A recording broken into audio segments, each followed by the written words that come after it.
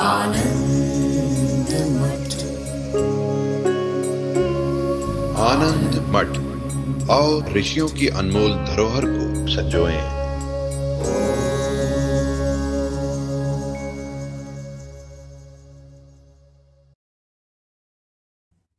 प्रपंच के मिथ्यात्व को स्वीकार करने के लिए राजी नहीं है।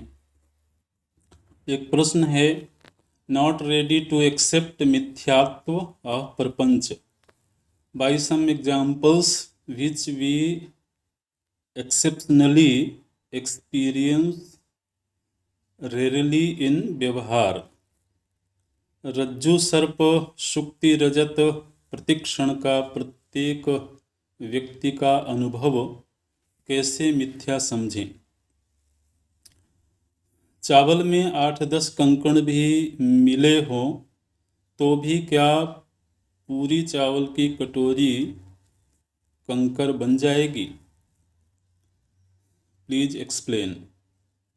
क्यों, कैसे, क्या पता जीव संकल्पना पूरी पकड़ में नहीं आ रही। और ब्रह्म भी होगा कोई कहाँ पे, ऐसा भी लगता है। प्रपंच मिथ्यात्व जीव ब्रह्मैक्य के बारे में जो भी जितना भी शब्द ज्ञान हुआ है उसने कुछ न कुछ व्यावहारिक आनंद तो प्रपंच का रस कम कर दिया है, लेकिन उसी जगह कोई नया आनंद नहीं आया है। प्रपंच मिथ्यात्व हजम नहीं होता, और अगर स्वप्नवत है तो क्यों इसमें खामखा अपना वक्त शक्ति व्यतीत करें। अगर जन्म जन्मांतर का सफ़र है तो एटलीस्ट पहले प्रपंच से उपराम तो हो जाएं। उसका शास्त्रीय तरीका क्या है?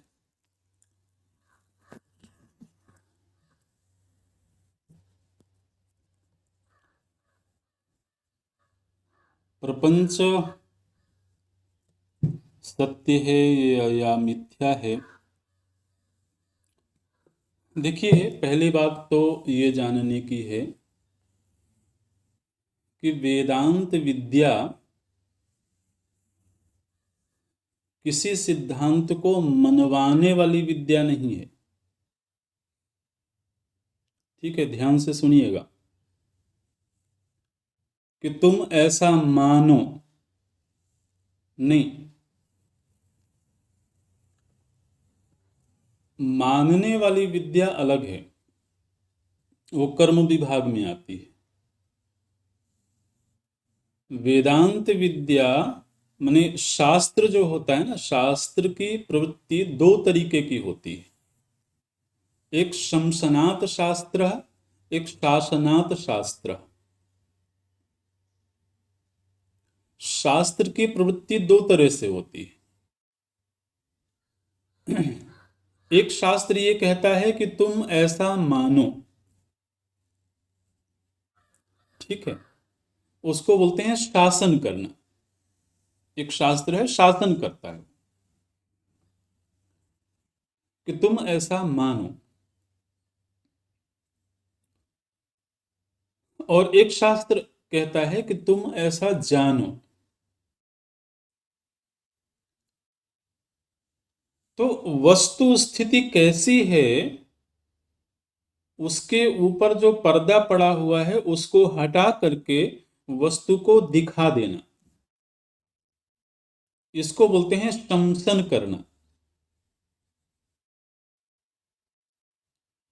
शमसन करना कि जानने की एक पद्धति है, एक प्रक्रिया है।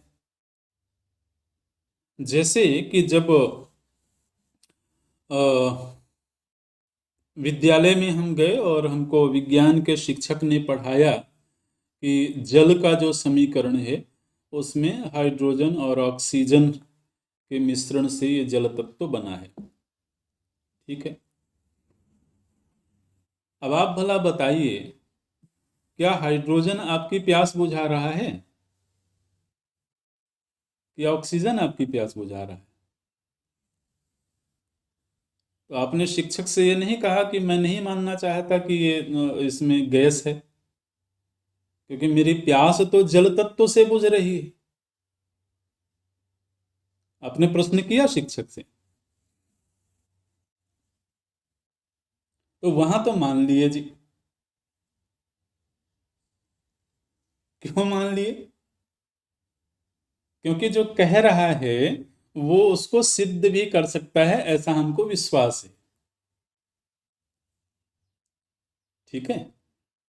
तो वो जो बात कही जा रही है उसको सिद्ध किया जा सकता है एक तकनीक से, एक प्रक्रिया से।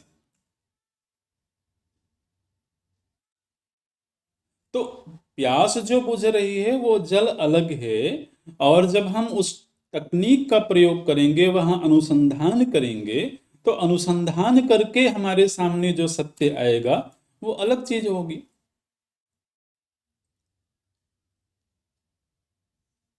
तो आप विचार को व्यवस्थित करिए।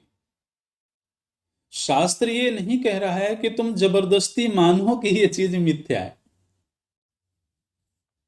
जानने की एक प्रक्रिया है, एक पद्धति है। आप गुरुकुल में जाइए, आप गुरु की सन्निधि में रह करके विधिवत प्रस्थानत्रयी का श्रवण करिए, और तदनुसार मनन और निधिध्यासन करिए। तो एक प्रक्रिया है उस जानकारी तक पहुंचने की। वेदांत वो विद्या नहीं है जो इम्पोज करती हो, किसी किसी विचार को हमारे भीतर थोपने का प्रयास करती हो, ऐसी विद्या वेदांत विद्या नहीं है। वो शमसन करने वाली विद्या है। वो एक एक विचार पद्धति देती है, एक साधना का तरीका बताती है कि इस तरीके से विचार सरणी का अनुसरण करते हुए जाएंगे तो आपको एक सत्य दिखेगा। अब जब किसी महापुरुष ने उस प्रक्रिया का अनुसरण किया और वहां तक पहुंचा यथार्थ तक, और उसको ये दिख गया कि सत्य तो केवल ब्रह्म तत्व ही है और तद व्यतिरिक्त सब मिथ्या है, तो वही बोलेगा ना। जब भगवान शिव बोलते हैं माता पार्वती से, उमा कहूँ मैं अनुभव अपना, सत हरि भजन जगत सब सपना, तो भगवान शिव उस सत्य को देख रहे हैं, इसलिए वैसा बोल रहे हैं। जब बोलते हैं भगवान शिव जी, सपने होए भिखारी नृप, रंक नाकपति होई, जागे लाभ न हानि कछु, तिमि प्रपंच जिये जोई। तो जिस तरह से स्वप्न में कोई भिखारी राजा हो गया और कोई राजा भिखारी बन गया, लेकिन जब वह जगा तो वो अपनी स्थिति में था, न राजा भिखारी हुआ था न भिखारी राजा हुआ। तो ऐसी ही स्थिति जागृत प्रपंच की है। तो ये किसी महापुरुष की अनुभूति है। वो अनुभूति की उस कक्षा में बैठ करके वो बात करते हैं, और उस अनुभूति तक पहुंचने की एक प्रक्रिया वेदांत बताता है।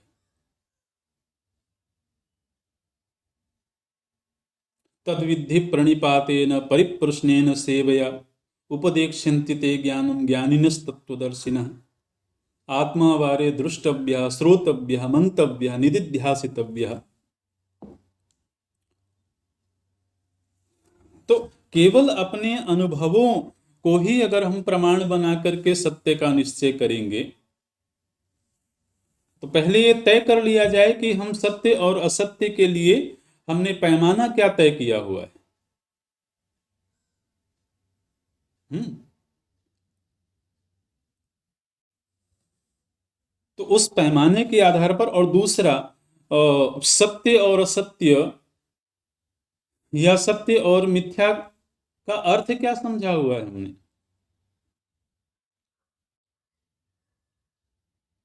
आप एक बात बताइए, बहुत सरल सी बात पूछते हैं आपसे, झूठ किसको कहते हैं?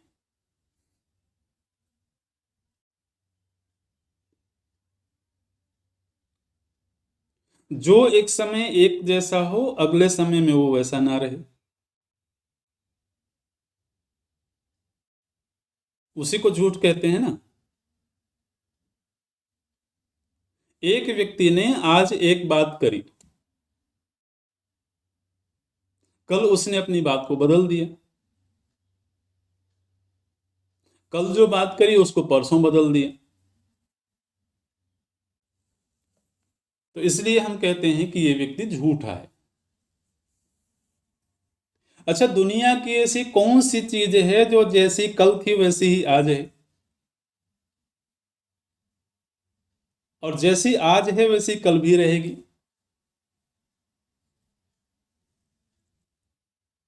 आप बिल्कुल साधारण सा तर्क लेकर के विचार करें। अभी ब्रह्म तत्व तक दृष्टि नहीं गई तो कोई बात नहीं, बिल्कुल व्यावहारिक जो तर्क है उसी के आधार पर विचार कर लें। प्रभु जी बोलते हैं, न रूपमस्येह तथोपलभ्यते, नान्तो न चादिर न च संप्रतिष्ठा। आप जिस अनुभव की बात करते हैं वो अनुभव करने वाला मन भी वैसे का वैसा ही है जैसा 10 साल पहले था। अगर अनुभव करने वाला ही झूठा निकल जाए तो?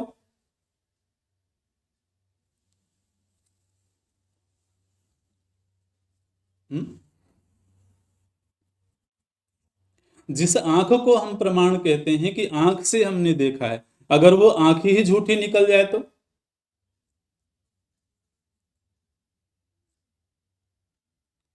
एक जगह पर देख कर बैठ करके हम आंख से एक वस्तु को अलग ढंग से देखते हैं, जगह बदल देते हैं तो दृष्टि बदल जाती है।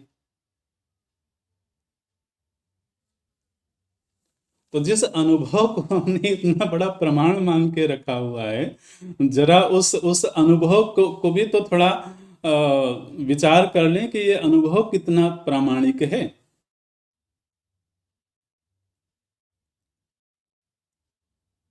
और अहंताओं ममताओं के बीच में घिरे रह करके और हम सत्य का ठीक ठीक अनुसंधान कर लें, ये जिद ही गलत है।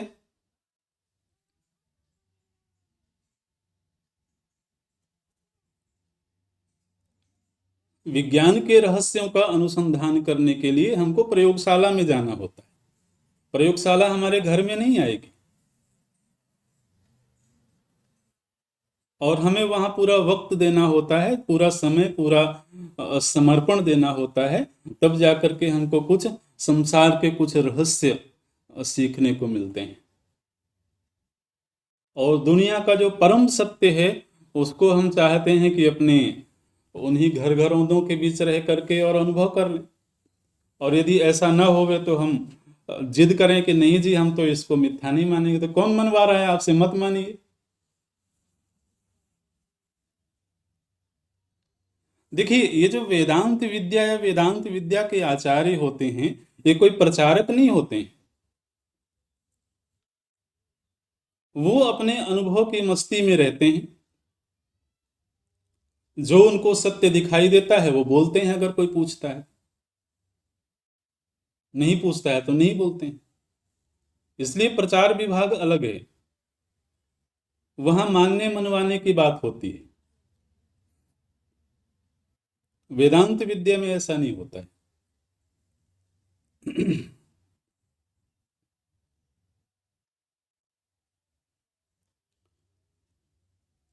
जो ये प्रश्न किया गया है कि जीवत्व की जो संकल्पना है, जीवत्व की परिकल्पना है, वो ढंग से समझ में नहीं आती है।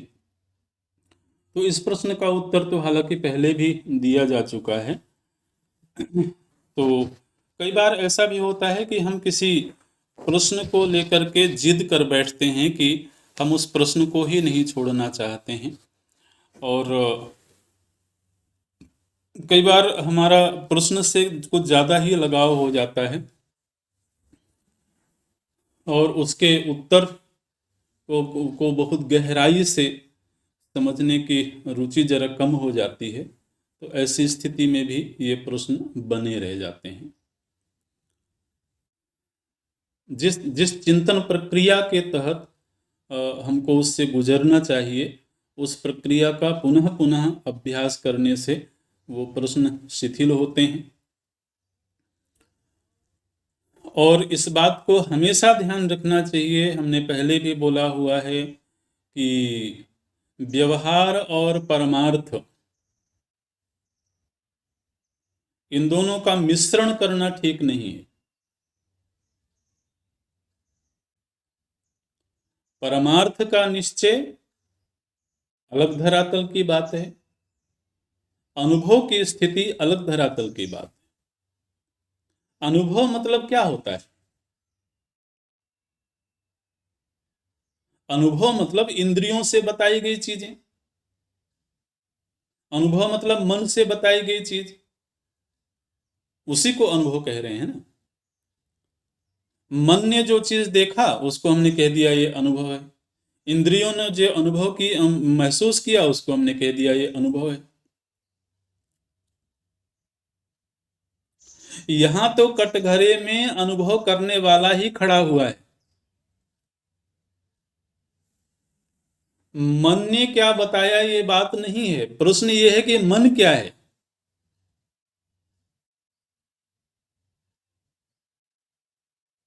नेत्र ने क्या बताया वो महत्वपूर्ण नहीं है। खोज का विषय है कि नेत्र स्वयं क्या चीज है। ये इतना बड़ा साक्षी बन के खड़ा हो गया, इसने जो कह दिया वो हमने मान लिया, मन ने जो कह दिया वो हमने मान लिया। मन ने कहा कि सुख है तो हमने मान लिया कि हाँ जी सुख है। मन ने कहा दुख है तो हमने कहा हाँ दुख है। तो सुख दुख सत्य है, इसको बताया किसने? मन ने बताया ना। अब कोई महापुरुष उस धरातल में बैठा हुआ है जो कहता है नहीं वो मानस में, मन की ही सत्ता नहीं है, तो फिर अब आपके अनुभवों का क्या होगा जी? अनुभव करने वाला मन ही जब टूट गया, खंडित हो गया, तो उस मन ने जो बताया होगा वो तो सब गया।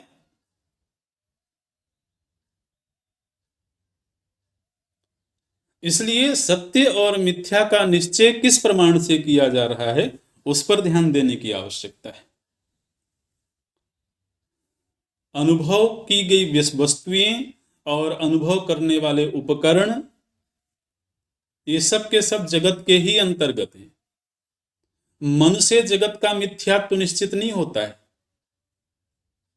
मन स्वयं जब मिथ्या हो जाता है तब जगत का मिथ्यात्व निश्चित होता है। और मन मिथ्या हो गया ये तब तक नहीं सिद्ध होगा जब मन में प्रतिबिंबित चेतन का साक्षात्कार नहीं होगा।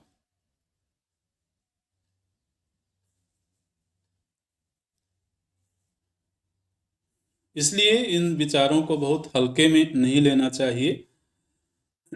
ये गंभीर विषय हैं और हमको पूरा जीवन देना होता है इन रहस्यों को जानने समझने के लिए, उस पर क्रिया का आलंबन लेना होता है, तब धीरे धीरे करके वो रहस्य उद्घाटित होते हैं।